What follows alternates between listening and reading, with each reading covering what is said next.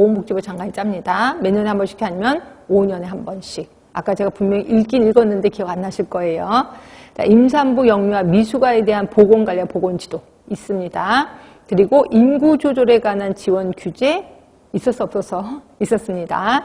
모자보건 가족계획, 지금은 가족계획이 없어졌다 이렇게 표현했고, 모자보건에 관한 교육 홍보 연구 있었고요. 그 다음에 리을번도 역시 가족계획 없어져서 모자보건에 관한 정보의 수집 관리 있었습니다. 그래서 이거를 최근 걸로 하면 답은 기억 니은이겠지, 그렇죠? 근데 그때 당시에는 답은 4번이었습니다.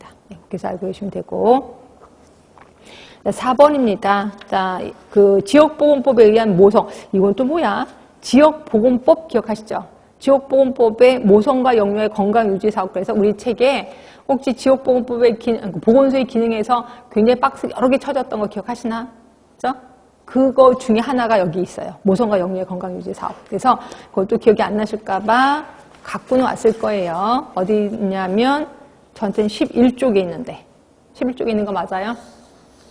11쪽에 보시면 4번 보건소에서 실시하는 모자보건 사업이라고 있을 겁니다. 찾으셨나요? 11쪽 아니면 10쪽에 있겠지 뭐. 예, 있죠. 거기 이거예요. 우리 책에 있는 거 그대로 긁어갖고 온 겁니다. 자, 거기에 보시면 임산부의 신고 접수 및 보고 있습니다. 그리고 모자보건 수첩의 발급 분명히 있고요. 피임약제 보급도 있습니다. 피임약제 보급도 있고, 임산부 영유아 미숙아 등의 건강관리도 있어요.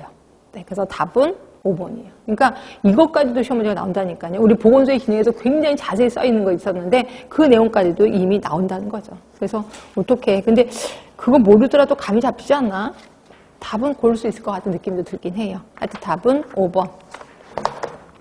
자, 5번입니다. 보건소에서 영유아 보건사업을 할 수 있는 거. 이건 뭐 그야말로 느낌입니다. 예방접종 당연히 하죠.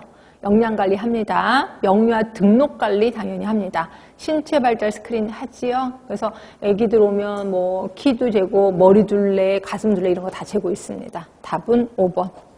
자, 6번입니다. 임산부의 산정관리 시 체중의 측정, 체중을 정규적으로 측정하는 이유가 있어요. 그러니까 올 때마다 항상 체중을 측정합니다. 이유는 뭐예요? 태아 발육, 건강상태, 양수가다증, 임신 중독증. 조기 발견하기 위해서. 답은 뭘까요? 계속 재는 건 아시죠? 몸무게. 그건 태아 발육이에요? 아, 그건 아니고요. 임신 중독증입니다. 그래서 임신 중독증 하면은 갑자기 급하게 몸무게가 올라가거든요. 왜냐면 부종 때문에. 그럼 이거 좀 문제가 있는 거죠. 그래서 체중 측정에는 물론 태아 발육 상태도 보긴 하지만 가장 큰 목적은 임신 중독증이다. 이렇게 보시면 돼요. 답은 4번. 자, 모자보건의 정의를 옳게 설명한 것은, 자, 모든 인부로 하여금 그거 하나만 얘기해야 돼.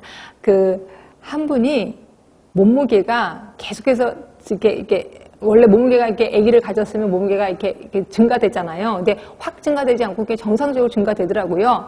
근데 외모는 되게 말랐어. 그래서 얼굴이 되게 말랐는데요. 했더니 아니에요. 근데 몸무게는 거의 비슷해서 그렇구나 생각을 했는데 나중에 알고 봤더니 아기 몸무게만 커진 거예요. 그래서 보통 아기 몸무게가 한 3.5kg 정도 되는데 애가 4.2kg였고 엄마는 굉장히 빼빼 말라 있고요. 그래서 깜짝 놀란 적이 있었거든요. 근데 하여튼 그랬는데 하여튼 그렇게 해서 태아의 발육 상태는 체중 갖고 하지는 않는다는 거죠. 엄마 체중 갖고. 예, 하지 않고 체중은